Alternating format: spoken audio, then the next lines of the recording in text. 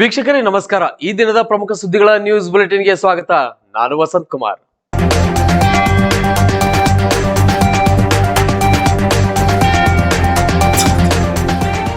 ಚಿತ್ರದುರ್ಗ ಜಿಲ್ಲೆ ಚಳ್ಳಕೆರೆ ತಾಲೂಕು ಪರ್ಲೆಹಳ್ಳಿ ಬಳಿಯ ವಸಲುದಿನ್ನೆ ಎಂಬ ಸ್ಥಳದಲ್ಲಿ ಕಾಡುಗೊಲ್ಲರ ಆರಾಧ್ಯ ದೈವ ಶ್ರೀ ಕ್ಯಾತಲಿಂಗೇಶ್ವರ ಪರಿಷೆಯ ಅಂಗವಾಗಿ ಸೋಮವಾರ ಸಂಜೆ ಕಳ್ಳೆ ಮುಳ್ಳಿನ ದೇಗುಲದ ಮೇಲಿನ ಕಂಚಿನ ಕಳಶವನ್ನ ಗುಡಿಕಟ್ಟಿನ ವೀರಗಾರರು ಪೈಪೋಟಿಯಿಂದ ಕೀಳುವ ಮೂಲಕ ಪರಿಷೆ ತೆರೆ ಕಂಡಿತು.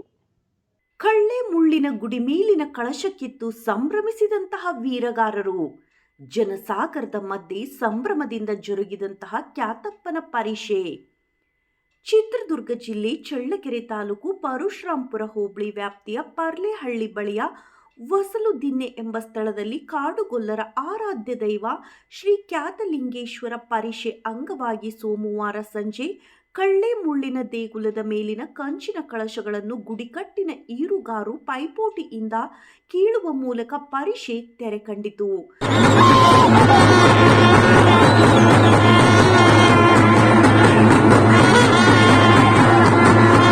ಮುಳ್ಳಿನ ದೇಗುಲದೊಳಗೆ ಇಟ್ಟಿದ್ದ ಶ್ರೀ ಕೇತೆ ದೇವರು ಒಳಗೊಂಡಂತೆ ಪರಿವಾರದ ದೇವರುಗಳಾದ ಬಂಜಿಗೆರೆ ಈರಣ್ಣ, ಐಗರ್ಲಹಳ್ಳಿ ತಾಳಿ ದೇವರು, ಬತವಿನ ದೇವರು, ಈರಬಡಕ್ಕ ಕಾಟಮಲಿಂಗೇಶ್ವರ, ಕರಿಯಣ್ಣ, ಸಿರಿಯಣ್ಣ ದೇವರು ಹಾಗೂ ಮೀಸಲು ಹೆಣ್ಣು ಮಗಳ ದೇವತೆ ಕೋಟೆ ಚಿತ್ತಮ್ಮ ದೇವರುಗಳಿಗೆ ನಾನಾ ಕಡೆಗಳಿಂದ ಆಗಮಿಸಿದ ಸಾವಿರಾರು ಭಕ್ತರು ಬೆಳಿಗ್ಗೆ 8ರಿಂದ ಸಂಜೆ ಸುಮಾರು 4 ಗಂಟೆಯ ತನಕ ಸರದಿಯ ಸಾಲಿನಲ್ಲಿ ನಿಂತು ಪೂಜೆ, ಹರಕೆ, ಕಾಣಿಕೆಯನ್ನ ನೀಡಿ ಪೂಜಾರಿಗಳಿಂದ ಪ್ರಸಾದವನ್ನ ಪಡೆದರು.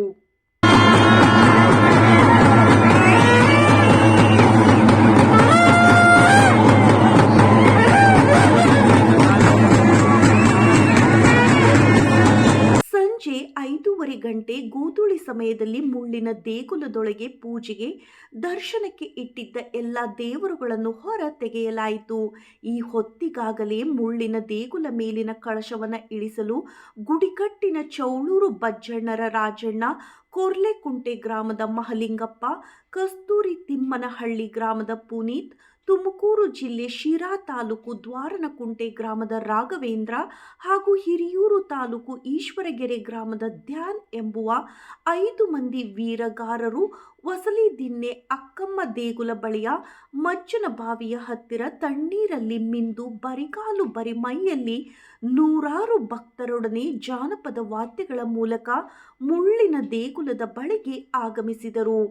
ಬಳಿಕ ಪೂಜಾರಿ, ಯಜಮಾನರು ಹಾಗೂ ಪೊಲೀಸರ ಮಾರ್ಗದರ್ಶನವನ್ನು ಪಡೆದು ಸುಮಾರು 20 ಅಡಿ ಎತ್ತರದ ಮುಳ್ಳಿನ ದೇಗುಲವನ್ನು ಕ್ಷಣಾರ್ಧದಲ್ಲಿ ಪೈಪೋಟಿಯಿಂದ ಹತ್ತಿ ಮೊದಲು ಕಳಸವನ್ನು ಚೌಳೂರು ಗ್ರಾಮದ ಬಜ್ಜಣ್ಣನವರ ರಾಜಣ್ಣ ಎಂಬ ಯುವಕ ಕಿತ್ತು ಮುಳ್ಳಿನ ದೇಗುಲದ ಮೇಲೆ ಕುಣಿದು ಕುಪ್ಪಳಿಸಿ ಈ ವರ್ಷದ ವೀರಗಾರ ಎನಿಸಿಕೊಂಡ.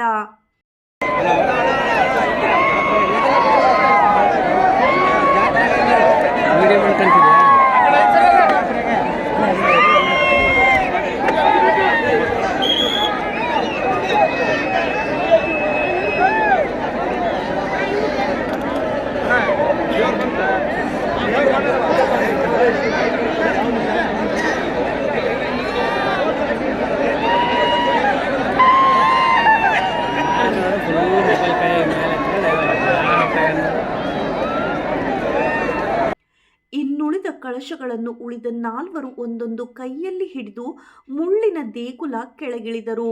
ಈ ವೇಳೆ ಮುಳ್ಳಿನ ದೇಗುಲ ಸುತ್ತ ನೆರೆದ ಸಾವಿರಾರು ಭಕ್ತರು ಶಿಳ್ಳೆ, ಕೇಕೆಯನ್ನ ಹೊಡೆದು ಹುರಿದುಂಬಿಸಿ ಹರ್ಷವನ್ನ ವ್ಯಕ್ತಪಡಿಸಿದರು.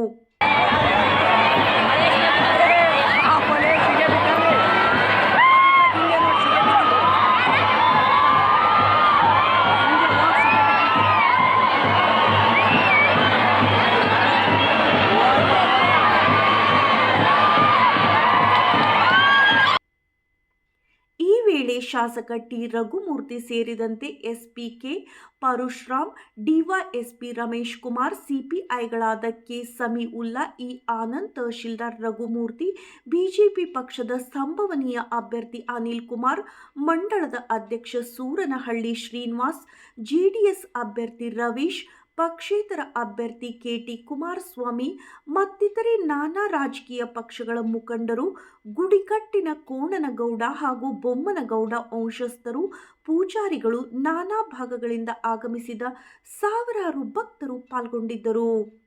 ಶಿಲ್ಪ ಮಂಜುನಾಥ್, NKS TV4 ಪರಶುರಾಂಪುರ. ಸಿಂಧನೂರು ತಾಲೂಕಿನ ಸೋಮಲಾಪುರ ಗ್ರಾಮ ಪಂಚಾಯಿತಿ ವ್ಯಾಪ್ತಿಯಲ್ಲಿನ ಅಂಬಾಮಠ ಗ್ರಾಮದ ಅಂಬಾದೇವಿ ಜಾತ್ರಾ ಮಹೋತ್ಸವದಲ್ಲಿ ಜಲಜೀವನ ಮಿಷನ್ ಯೋಜನೆ ಅಡಿಯಲ್ಲಿ ಬಳಸಲಾಗುವ ಪ್ರಮುಖ ವಸ್ತುಗಳ ಕುರಿತು ವಸ್ತು ಪ್ರದರ್ಶನ ಆಯೋಜಿಸಲಾಗಿತ್ತು.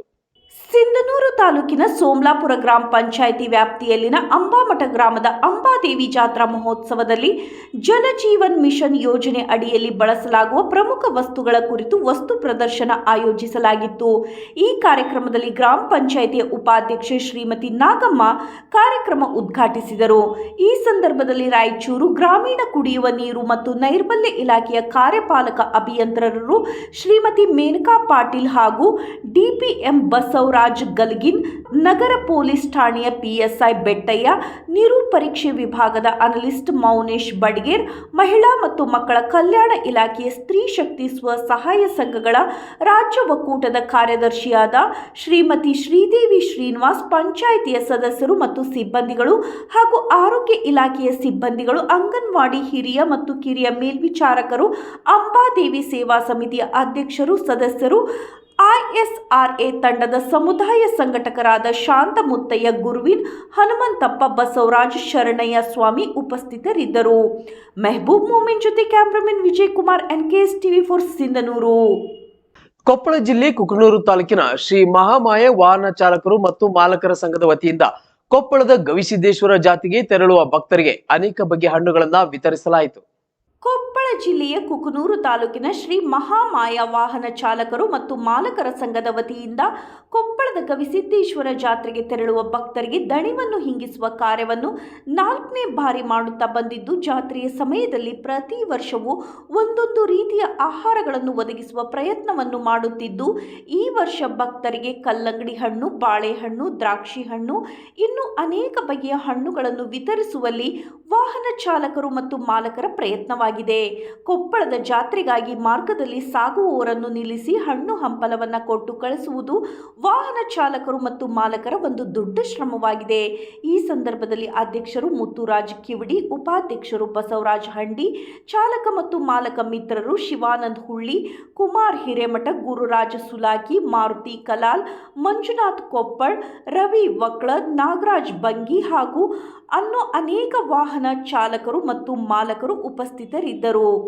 Chennaiah Hiremath, NKS TV4 Kukanur. ಮಹಾಮಾಯಿ ಚಾಲಕರು ಆ್ಯಂಡ್ ಮಾಲಕರ ಸಂಘ ಕುಕನೂರು ಅವರಿಂದ ಪ್ರತಿ ವರ್ಷದಂತೆ ಗವಿಸಿದ್ದೇಶ್ವರ ಜಾತ್ರಾ ಮಹೋತ್ಸವಕ್ಕೆ ಇದು 4ನೇ ವರ್ಷದ ನಮ್ಮ ಅಲ್ಪ ಪ್ರಸಾದ ಸೇವೆಯನ್ನು, ಅಲ್ಪ ಉಪಹಾರವನ್ನು ಮಾಡುತ್ತಿದ್ದೇವೆ. ಇದು 4ನೇ ವರ್ಷ ನಮ್ಮದು. ವರ್ಷದಂತೆ ಈ ವರ್ಷವೂ ಗವಿಸಿದ್ದೇಶ್ವರ ಜಾತ್ರಾ ಮಹೋತ್ಸವಕ್ಕೆ ಪಾದಯಾತ್ರೆ ಹೋಗುವ ಭಕ್ತಾದಿಗಳಿಗೆ ಹಣ್ಣಿನ ಸೇವೆಯನ್ನು ನೆರವೇರಿಸಿದ್ದೇವೆ. ಮಹಾಮಾಯ ಚಾಲಕರ ಮತ್ತು ಮಾಲಕರ ಸಂಘ ಹೋದ ಸಾರಿ ಮಜ್ಜಿಗೆ ಸೇವೆಯನ್ನು ಮಾಡಿದ್ದೆವು. ಈ ಸಾರಿ ಹಣ್ಣಿನ ಸೇವೆ ಮಾಡ್ತಾಯಿದ್ದೀವಿ. ಪ್ರತಿ ವರ್ಷದಂತೆ ಇದು 4ನೇ ವರ್ಷ ನಾವು ಮಾಡ್ತಾ ಇರೋದು. ಈ ಕಾರ್ಯಕ್ರಮ ನಮಗೆ ಯಶಸ್ವಿಯಾಗಿ ಬಂದಿದೆ. ಜನರಿಗೆ ವಿತರಣೆ ಮಾಡ್ಬೇಕನ್ನೋದೈತಿ. ಎಷ್ಟು ತಂದಿದ್ದೀರಿ? ನಾವು ಹೆಚ್ಚು ಕಮ್ಮಿ ಒಂದು 5,000 ಜನರಿಗೆ ನಾವು ವಿತರಣೆ ಮಾಡಿದ್ದೀವಿ. ಈಗ ಬೆಳಗ್ಗೆಯಿಂದ ಹಣ್ಣು ಮತ್ತು ಬಾಳೆಹಣ್ಣು, ಕಲ್ಲಂಗಡಿ ಹಣ್ಣು, ದ್ರಾಕ್ಷಿ ಹಣ್ಣು ಎಲ್ಲ ಹಣ್ಣುಗಳನ್ನು ವಿತರಣೆ ಮಾಡಿದ್ದೀರಿ. ಎಲ್ಲ ವಿತರಣೆ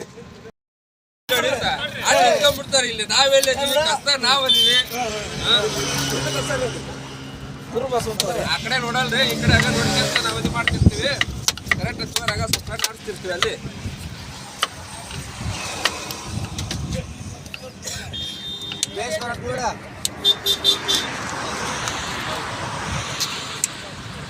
ಸಿಂಧನೂರು ತಾಲೂಕಿನ ತುರುವಿಯಾಳ ಪಟ್ಟಣದ ಶ್ರೀ ಶಂಕರಲಿಂಗೇಶ್ವರ ದೇವಸ್ಥಾನದ ಆವರಣದಲ್ಲಿ ಬೂತ್ ವಿಜಯ ಹಿನ್ನೆಲೆಯಲ್ಲಿ ಸೋಮವಾರ ನಡೆಸಲಾದ ಅಭಿಯಾನಕ್ಕೆ ಮಾಜಿ ಶಾಸಕ ಪ್ರತಾಪ್ಗೌಡ ಪಾಟೀಲ್ ಚಾಲನೆ ನೀಡಿದರು.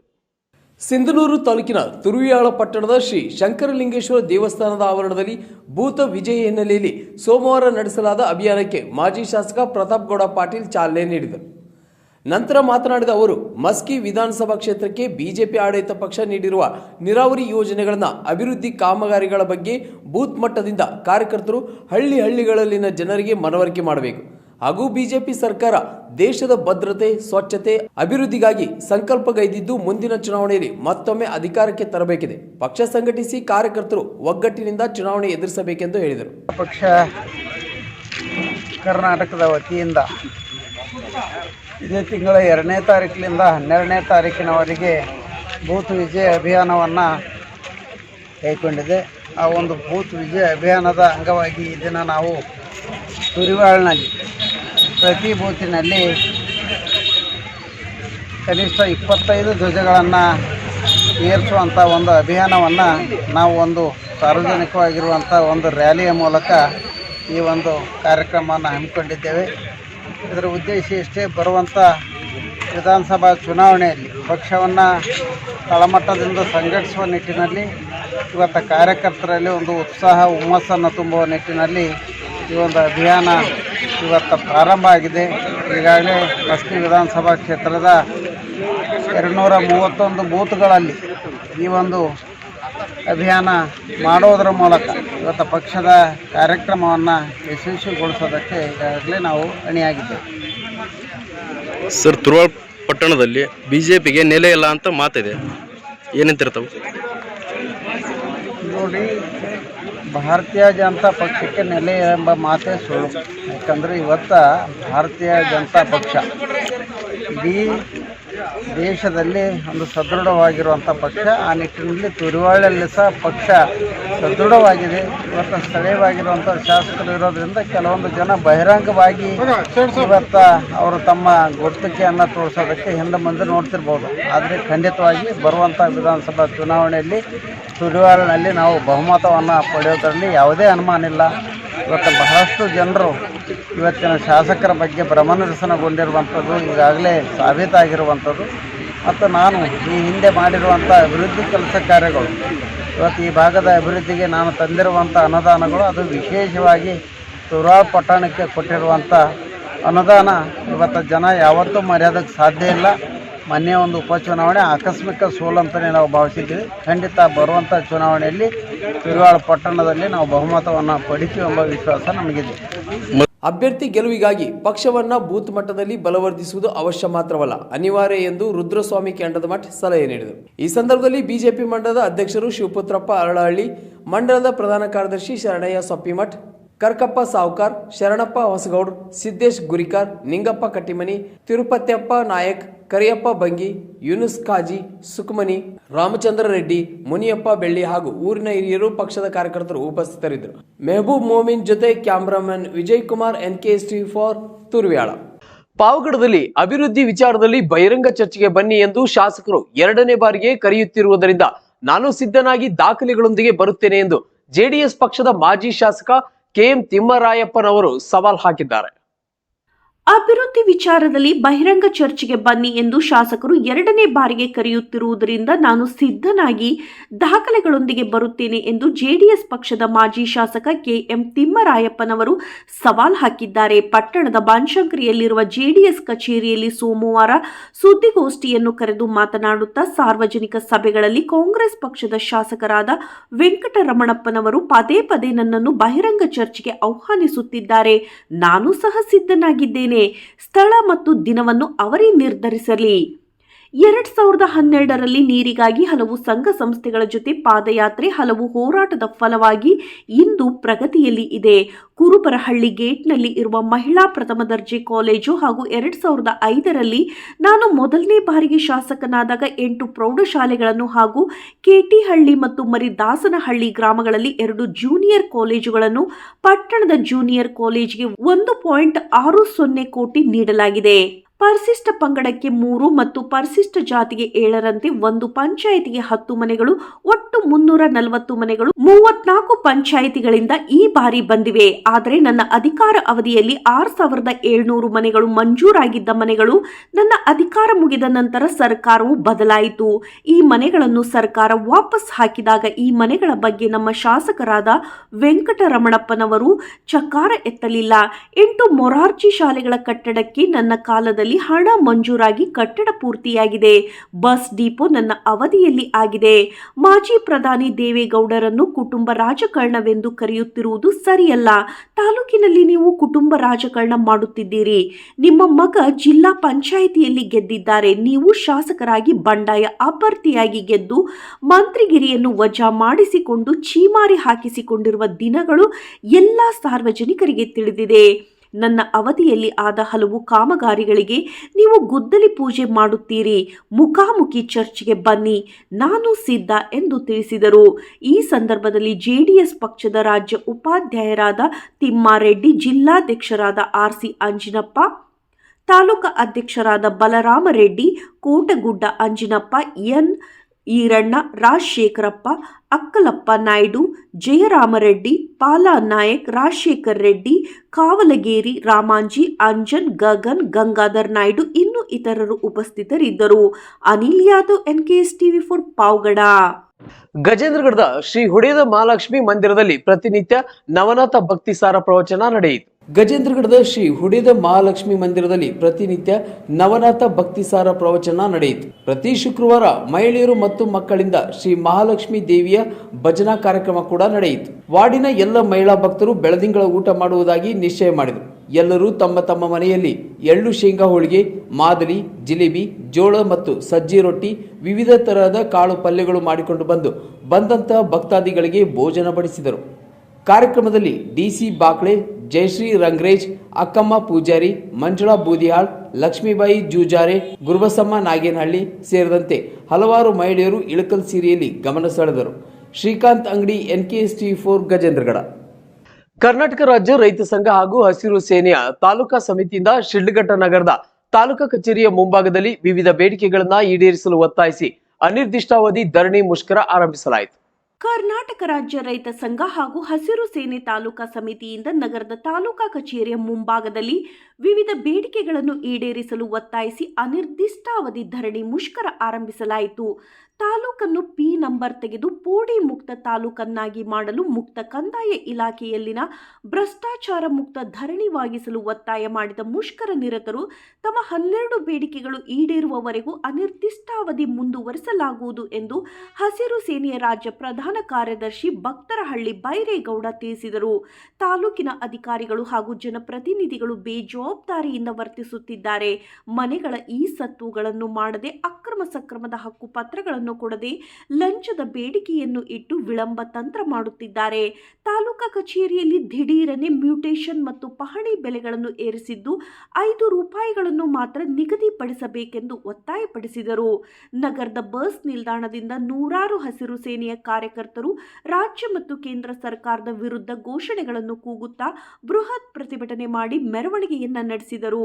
ಈ ಸಂದರ್ಭದಲ್ಲಿ ರಾಜ್ಯ ಹಸಿರು ಸೇನೆ ಸಂಚಾಲಕ ಲಕ್ಷ್ಮಣ್ ರೆಡ್ಡಿ, ತಾಲೂಕಾ ಅಧ್ಯಕ್ಷ ತಾದೂರು ಮಂಜುನಾಥ್, ತಮ್ಮಣ್ಣ, ಸಂದೀಪ್ ರೆಡ್ಡಿ, ಮುನಿನಂಜಪ್ಪ, ವೇಣುಗೋಪಾಲ್ ಎ, ರಾಮಚಂದ್ರಪ್ಪ, ವೆಂಕಟರಾಮಯ್ಯ ಮುಂತಾದವರು ಮುಷ್ಕರದಲ್ಲಿ ಪಾಲ್ಗೊಂಡಿದ್ದರು.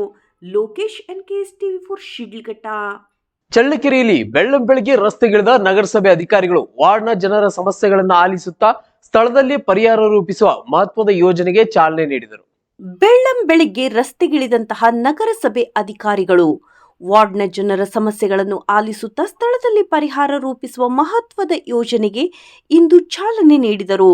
ನಗರದ 31 ವಾರ್ಡ್ಗಳ ಸರ್ವೋತ್ಮುಖ ಅಭಿವೃದ್ಧಿಗೆ ಕಂಕಣಬದ್ಧರಾದ ನಗರಸಭೆ ಅಧ್ಯಕ್ಷೆ ಸುಮಕ್ಕ, ಉಪಾಧ್ಯಕ್ಷೆ ಮಂಜುಳಾ, ಪೌರಾಯುಕ್ತ ಸಿ ಚಂದ್ರಪ್ಪ ನಸುಕಿನಲ್ಲಿ ರಸ್ತೆಗೆ ಇಳಿದು ಜನರ ಸಮಸ್ಯೆಗಳಿಗೆ ಸ್ಥಳದಲ್ಲಿ ಸೂಕ್ತ ಪರಿಹಾರವನ್ನು ಒದಗಿಸುವಂತಹ 31 ವಾರ್ಡ್ಗಳ 15 ದಿನದ ವಿವಿಧ ಅಭಿವೃದ್ಧಿ ಕಾರ್ಯಕ್ರಮಗಳಿಗೆ ಇಂದು ಮುಂಜಾನೆ ನಗರ ವೀಕ್ಷಣೆ ಮಾಡುವ ಮೂಲಕ ಚಾಲನೆಯನ್ನ ನೀಡಿದ್ದಾರೆ. ಮೊದಲನೇ ದಿನವಾದ ಇಂದು ವಾರ್ಡ್ 1, 2ನೇ ವಾರ್ಡ್ಗೆ ಭೇಟಿಯನ್ನ ನೀಡಿದ ನಗರಸಭೆ ಸಿಬ್ಬಂದಿಗಳ ಜೊತೆ ಅಧ್ಯಕ್ಷೆ ಸುಮಕ್ಕ, ಉಪಾಧ್ಯಕ್ಷೆ ಮಂಜುಳಾ ನಗರ ಪ್ರದಕ್ಷಿಣೆಯನ್ನ ಮಾಡಿ ವಾರ್ಡ್ನ ಜನರ ಸಮಸ್ಯೆಯನ್ನು ಆಲಿಸಿದ ನಂತರ ಸ್ಥಳದಲ್ಲಿ ಸೂಕ್ತ ಪರಿಹಾರವನ್ನು ಒದಗಿಸಿದರು. ವಾರ್ಡ್ನಲ್ಲಿ ಚರಂಡಿ ವ್ಯವಸ್ಥೆ, ರಸ್ತೆ ಸ್ವಚ್ಛತೆ, ವಿವಿಧ ಸಮಸ್ಯೆಗಳನ್ನು ಆಲಿಸಿದ ಅಧಿಕಾರಿಗಳು ಪಟ್ಟಿಯನ್ನ ಮಾಡಿ ಕೆಲವು ಸಮಸ್ಯೆಗಳಿಗೆ ಸ್ಥಳದಲ್ಲಿ ಪರಿಹಾರ ನೀಡಿ ಕೆಲವು ಸಮಸ್ಯೆಗಳನ್ನು ಕ್ರಿಯಾ ಯೋಜನೆಯಲ್ಲಿ ಸೇರಿಸಿ ಕಾಮಗಾರಿ ಮಾಡಲಾಗುವುದು ಎಂದು ನಗರಸಭೆ ಅಧ್ಯಕ್ಷೆ ಸುಮಕ್ಕ ಹೇಳಿದ್ದಾರೆ.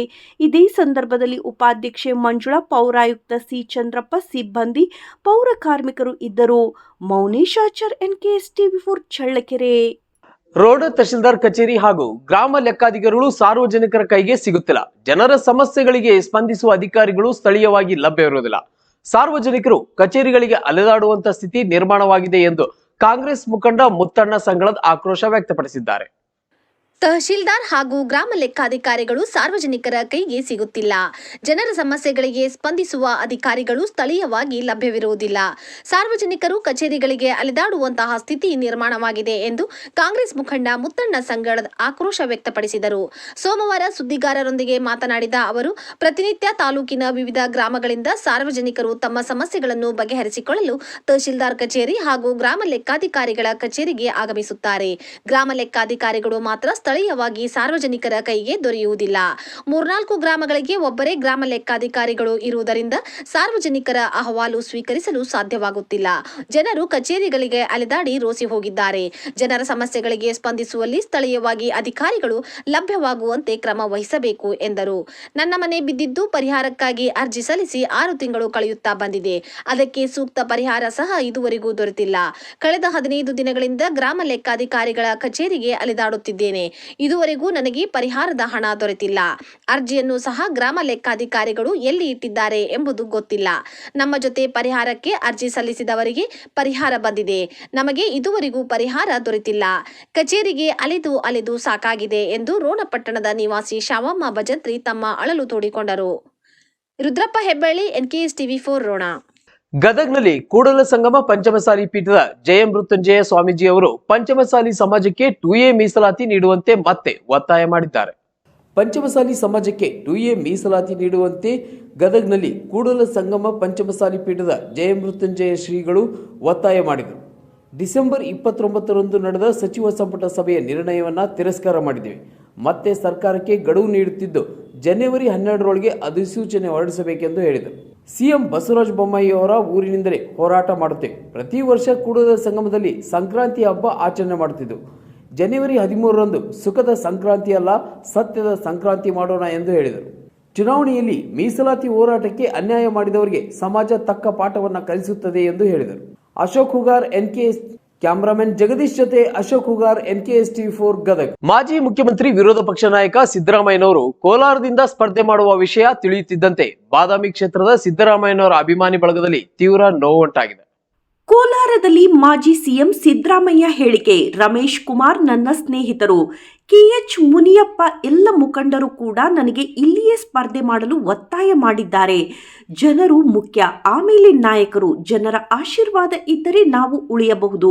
ನಾನು ಕೆಲ ದಿನಗಳ ಹಿಂದೆ ಬಂದು ದೇವಸ್ಥಾನ, ಮಸೀದಿ, ಚರ್ಚ್ಗೆ ಭೇಟಿ ಮಾಡಿ ಎಲ್ಲರಿಗೂ ನಮಸ್ಕರಿಸಿದ್ದೇನೆ. ಎಲ್ಲ ಕಡೆ ನೀವು ಸ್ಪರ್ಧೆ ಮಾಡುವಂತೆ ಒತ್ತಾಯ ಮಾಡಿದ್ದಾರೆ. ಚಾಮುಂಡೇಶ್ವರಿಯಿಂದ 5, ವರುಣಾದಿಂದ 2, ಬಾದಾಮಿಯಿಂದ ಒಮ್ಮೆ ಶಾಸಕನಾಗಿದ್ದೇನೆ. ಈಗಲೂ ಬಾದಾಮಿ ಶಾಸಕ ನಾನು. ಕೆಲವರು ನನಗೆ ಕ್ಷೇತ್ರ ಇಲ್ಲ ಎಂದು ಅಪಪ್ರಚಾರ ಮಾಡುತ್ತಿದ್ದಾರೆ. ನನಗೆ ವರುಣಾದಿಂದಲೂ ನಿಲ್ಲುವಂತೆ ಒತ್ತಾಯ ಮಾಡಿದ್ದಾರೆ. ಬಾದಾಮಿ ದೂರ ಎಂದಾಗ ಅಲ್ಲಿಯ ಜನ ಹೆಲಿಕಾಪ್ಟರ್ ತಂದು ಕೊಡುತ್ತೇನೆ ಎಂದಿದ್ದಾರೆ. ಕೋಲಾರದವರು ಶ್ರೀನಿವಾಸ್ ಗೌಡ JDSನಿಂದ ಶಾಸಕರಾಗಿದ್ದವರು, ಅವರು ಕೂಡ ಹೇಳುತ್ತಾರೆ ನಾನು ನಿಮಗೆ ಬೆಂಬಲ ಕೊಡುವುದಾಗಿ ಹೇಳಿದ್ದಾರೆ. ಮುನಿಯಪ್ಪನವರು 7 ಬಾರಿ ಸಂಸದ, ನಮ್ಮ ಪಕ್ಷದ ಗಿರಿಯ ನಾಯಕ ರಮೇಶ್ ಕುಮಾರ್ ಅವರ ನನಗಿಂತ ಸೀನಿಯರ್, ಅವರು ಕೂಡ ನನಗೆ ಬರುವಂತೆ ಹೇಳುತ್ತಿದ್ದಾರೆ. ಬೈರೇಗೌಡ ನನಗೆ ಆಪ್ತರು, ಅವರ ಪುತ್ರ ಕೂಡ ಇಲ್ಲೇ ಚುನಾವಣೆಗೆ ಸ್ಪರ್ಧಿಸಲು ಹೇಳುತ್ತಿದ್ದಾರೆ. ಎಲ್ಲ ನಾಯಕರು ಇಲ್ಲೇ ಸ್ಪರ್ಧೆ ಮಾಡುವಂತೆ ಹೇಳುತ್ತಿದ್ದಾರೆ. ನಿಮ್ಮ ಪ್ರೀತಿ ತಿರಸ್ಕಾರ ಮಾಡಲು ಸಾಧ್ಯವಿಲ್ಲ. ನಾನು ಕೋಲಾರದಿಂದ ಇಷ್ಟೆಲ್ಲ ಹೇಳಿದ ಮೇಲೆ ನಾನು ಇಲ್ಲಿಯೇ ಸ್ಪರ್ಧೆ ಮಾಡುವ ತೀರ್ಮಾನ ಮಾಡಿದ್ದೇನೆ. ವೇದಿಕೆಯಲ್ಲಿ ಕೋಲಾರದಿಂದ ಸ್ಪರ್ಧೆ ಮಾಡುವುದಾಗಿ ಘೋಷಣೆ. ಇದಿಷ್ಟು ಈ ದಿನದ ಪ್ರಮುಖ ಸುದ್ದಿಗಳ ನ್ಯೂಸ್ ಬುಲೆಟಿನ್. ನಿರಂತರ ಸುದ್ದಿಗಾಗಿ ನೋಡ್ತಾ ಇರಿ NKS TV4. ಇದು ನಿರಂತರ ಕಾರ್ಯಕ್ರಮ.